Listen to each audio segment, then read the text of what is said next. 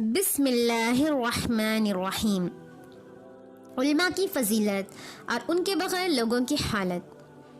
عبداللہ بن عمرو بن عاص رضی اللہ تعالی عنہ بیان کرتے ہیں، میں نے رسول اللہ صلی اللہ علیہ وسلم کو فرماتے ہوئے سنا، اللہ علم کو اس طرح نہیں اٹھائے گا کہ اس کو بندوں سے چھین لے، لیکن وہ علماء کو موت دے کر علم کو اٹھائے گا، حتیٰ کہ جب کوئی عالم باقی نہیں رہے گا تو لوگ جاہلوں کو سردار بنا لیں گے، ان سے سوالات کیے جائیں گے اور وہ علم کے بغیر ہی جواب دیں گے، اس لیے خود بھی گمراہ ہوں گے اور لوگوں کو بھی گمراہ کریں گے۔